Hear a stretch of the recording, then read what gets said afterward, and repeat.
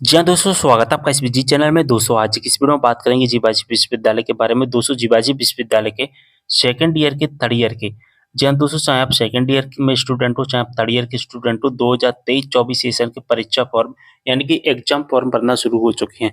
परीक्षा फॉर्म हमें कैसे भरना है जीवाजी विश्वविद्यालय का सेकंड ईयर थर्ड ईयर का, पूरी इन्फॉर्मेशन के साथ में मैं आपको बताने वाला हूँ। स्टेप बाय स्टेप हर चीज आपको सिखाऊंगा कि कैसे सेकंड और थर्ड ईयर के परीक्षा फॉर्म यानी कि एग्जाम फॉर्म हमें सबमिट करना है। वीडियो को शेयर कर देना है सभी के साथ में। कोई भी डाउट हो कमेंट करना, इंस्टाग्राम पर ही फॉलो कर लीजिए, लिंक आपको डिस्क्रिप्शन बॉक्स में मिल जाएगा। चलिए स्टार्ट करते हैं वीडियो को। तो दोस्तों परीक्षा फॉर्म भरने के लिए सबसे पहले आपको गूगल पर आना है। गूगल पर आकर सर्च करना है जीवाजी एमपी ऑनलाइन। इसके बाद में आपके सामने फर्स्ट नंबर पर लिंक आ जाएगा। इसमें से आपको फर्स्ट वाली लिंक का यूज करना है, jivaji.mponline.gov.in वाली लिंक का यूज करना है। जैसा कि मैं आपको हाईलाइट करके दिखाने की कोशिश कर रहा हूँ, यहाँ पर जो लिंक दिया गया है केवल इसी लिंक का प्रयोग करना है, jivaji.mponline.gov.in। ठीक है, यहाँ पर आपको क्लिक कर देना है। क्लिक करने के बाद आप आगे बढ़ जाएंगे, इसकी होम पेज पर पहुंच जाएंगे, जो कि इसका होम पेज हमें कुछ इस तरह का दिखाई देगा। यहाँ पर दोस्तों बहुत सारी सर्विसेज दिखाई देंगी, जैसा कि देख पा रहे हैं अवेलेबल सर्विसेज। इन अवेलेबल सर्विसेज में हमें बहुत सारे टैब्स दिखाई देंगे। इन टैब में दोस्तों एक टैब हमें दिखाई देगा, कौन सा टैब, जैसा कि मैं आपको हाईलाइट करके दिखाने की कोशिश कर रहा हूँ, examination form regular private PhD. यहाँ पर मैं आपको जूम करके दिखा देता हूँ, जैसा कि देख पा रहे हैं। जूम करके मैं आपको दिखाने की कोशिश करूंगा। यहाँ पर चलिए मैं आपको हाईलाइट करके दिखा देता हूँ जूम करके। देखिए, एग्जामिनेशन फॉर्म रेगुलर प्राइवेट, इसमें से हमें दिखाई देगा exam form regular private. Examination इस वाले टैब में, एग्जामिनेशन फॉर्म रेगुलर प्राइवेट वाले टैब में हमें एक लिंक दिखाई देती है, एग्जामिनेशन फॉर्म रेगुलर प्राइवेट। जैसा कि मैंने हाईलाइट आपको कर दिया, इस वाली लिंक पर आपको क्लिक कर देना है। जैसे ही आप इस पर क्लिक करेंगे, आप इसके अगली पेज पर पहुंच जाएंगे। यहाँ पर अपना पूरा डाटा फिल करना होगा।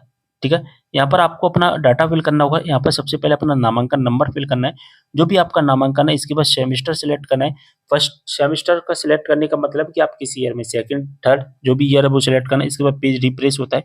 टर्म सिलेक्ट करनी है। टर्म में आपको क्या सिलेक्ट करना है, यहाँ पर मैं आपको बता देना चाहता हूँ, मार्च 2024 क्या सिलेक्ट करना है, मार्च 2024 सिलेक्ट करना है। इस बात को आपको विशेष ध्यान रखना है।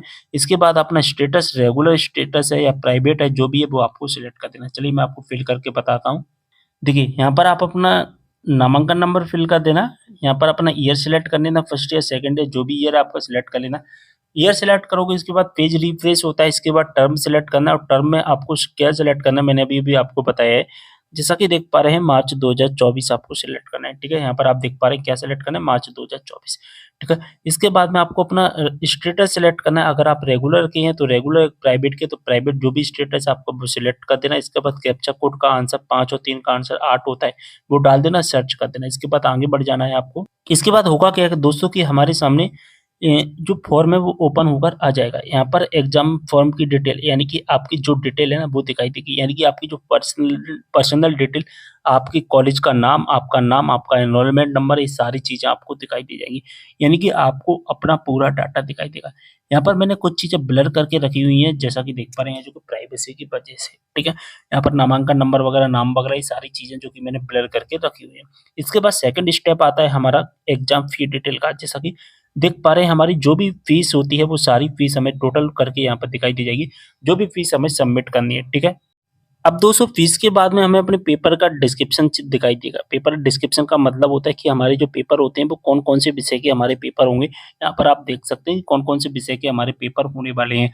आपने जो भी विषय सेलेक्ट किए होंगे फर्स्ट ईयर में, उसके अकॉर्डिंग ही आपके यहाँ पर पेपर होने वाले हैं। मेजर में कौन-सा होगा, माइनर में कौन-सा होगा। आपको पता होगा कि हमारे मेजर में 2 पेपर होते हैं। एक माइनर में होता है और ओपन इलेक्टिव में होता है। एक प्रोजेक्ट इंटर्नशिप का होता है, एक वोकेशनल का पेपर होता है, और हमारे यहाँ पर जो पेपर होते हैं 4 वो फाउंडेशन कोर्स के होते हैं, जो कि अलग-अलग लैंग्वेज वाइज़ हमारे पेपर होते हैं। ठीक है, आप सभी को पता होगा।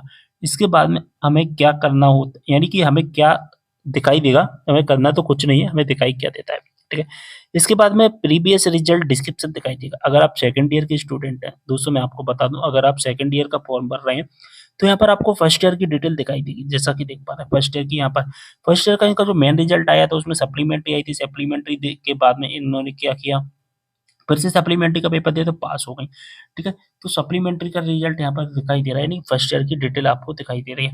अगर आप थर्ड ईयर का पेपर दे रहे हैं, यानी कि थर्ड ईयर का फॉर्म फिल कर रहे हैं, तो यहाँ पर फर्स्ट ईयर और सेकंड ईयर दोनों की डिटेल आपको दिखाई दी जाएगी। ठीक है, तो ये डिपेंड करता है कि आप थर्ड ईयर का फॉर्म अप्लाई कर रहे हैं सेकंड ईयर का, इससे कोई भी डिफरेंस नहीं होता है, यानी कि फॉर्म प्रोसेस में कोई भी डिफरेंट नहीं है कि सेकंड का है थर्ड ईयर का है, ठीक है।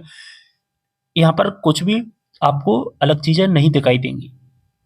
अब दोस्तों यहाँ पर क्या करना है, सर्टिफाइड डेट पर चेक मार्क कर देना है यहाँ पर इस तरह से, इसके बाद सबमिट करके आगे बढ़ जाना है। अब इसके बाद में आपके सामने अगला पेज ओपन होकर आ जाएगा। चलिए आगे बढ़ते हैं, सबमिट करते हैं। तो दोस्तों अब हमारे सामने कुछ इस तरह का इंटरफेस दिखाई देगा। जैसा कि देख पा रहे हैं, सबसे पहले हमें दिखाई देगी हमारी ट्रांजैक्शन डिटेल। जैसा कि मैं आपको हाईलाइट करके दिखाने की कोशिश कर रहा हूँ, ट्रांजैक्शन डिटेल में सबसे पहले आपको एप्लीकेशन स्टेटस दिखाई देगा। एप्लीकेशन स्टेटस पे आपको दिखाई दे जाएगा, क्या दिखाई देगा दोस्तों, कि your exam form payment has not been done, यानी कि अभी हमारे पेमेंट हमने डन नहीं किया, हमें पेमेंट करना है। यहाँ पर हमें अपना एप्लीकेशन नंबर दिखाई देगा, इस एप्लीकेशन नंबर को नोट डाउन करके रख लेना दोस्तों, जिससे हमें पेमेंट करते वक्त या पेमेंट के बाद में कोई प्रॉब्लम नहीं होगी।